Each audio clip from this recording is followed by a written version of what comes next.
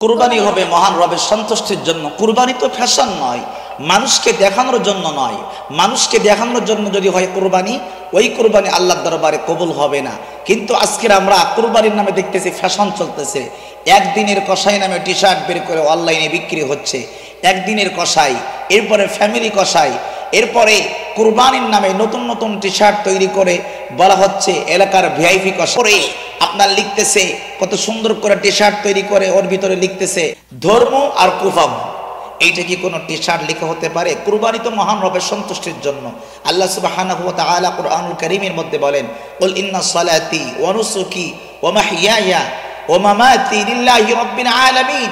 কুরআনুল কারীমে আল্লাহ ৮ নম্বর পারার ৯ নম্বর পৃষ্ঠার মধ্যে বলেন যে হে হাবিব, আপনি মানুষদেরকে জানিয়ে দেন আমার সালাত, আমার নামাজ, আমার কুরবানি, আমার সব কিছু, আমার জীবন মৃত্যু সব কিছু আল্লাহর জন্য। তো আল্লাহর জন্য যদি সব কিছু হয়, তাহলে মানুষকে দেখানোর জন্য রবের ইবাদত কেন এমন হবে? আমাদের ইবাদত হওয়া উচিত, আমরা টি শার্টের মধ্যে লিখতে পারি ঈদ মুবারক, আমরা টি শার্টের মধ্যে লিখতে পারি কুরবানি হোক মহান রবের সন্তুষ্টির জন্য, কুরবানি হোক ইব্রাহিম নবীর সুন্নাত অনুযায়ী। কিন্তু ফ্যাশন তৈরি করে আপনি যে নতুন নতুন টি শার্ট তৈরি করে এইটা একটা ফ্যাশনে পরিণত হতে যাচ্ছে।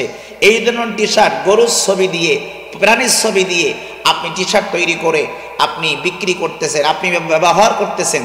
এইটা কখনোই মহান রবের যে আত্মতুষ্টি এবং ত্যাগ স্বীকার এবং আল্লাহর নৈকট্য হাসিল করা, এটার জন্য কখনো ফ্যাশন হতে পারে না।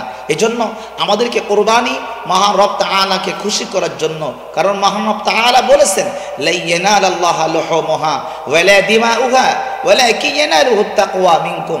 আল্লাহ পাক বান্দার অন্তরটা দেখেন, রক্ত মাংস হাড্ডি মানুষের অর্থ সম্পদ আল্লাহ পাক দেখেন না, আল্লাহ পাক দেখেন বান্দার হৃদয়টা কি বলে, অন্তরটা কি বলে। সুতরাং আপনার আমার অন্তর কুরবানি সম্পর্কে কি বলছে সেটা আল্লাহ পাক রব্বুল আলামিন দেখবেন। সুতরাং মানুষের দেখানোর জন্য, লৌকিকতার জন্য সেলফি তুললাম, সেলফি তুলে প্রকাশ করলাম, কুরবানির গরুর সাথে ছবি তুললাম, এরপরে আমি ছবিটা ফেসবুকে ছাড়লাম, এটি কি আল্লাহ পাকের সন্তুষ্টির জন্য হতে পারে? না। ছবি তোলা তো প্রয়োজন ছাড়া অবশ্যই এটা হারাম কাজ। আমরা কেন এটা করব? অবশ্যই কুরবানি সম্পর্কে এই ধরনের ভুল থেকে আমাদেরকে বেঁচে থাকতে হবে। আল্লাহ সুবহানাহু ওয়া তাআলা যেন আমাদেরকে যেন এই সমস্ত ফ্যাশন থেকে, এই সমস্ত লৌকিকতা থেকে হেফাজত করে।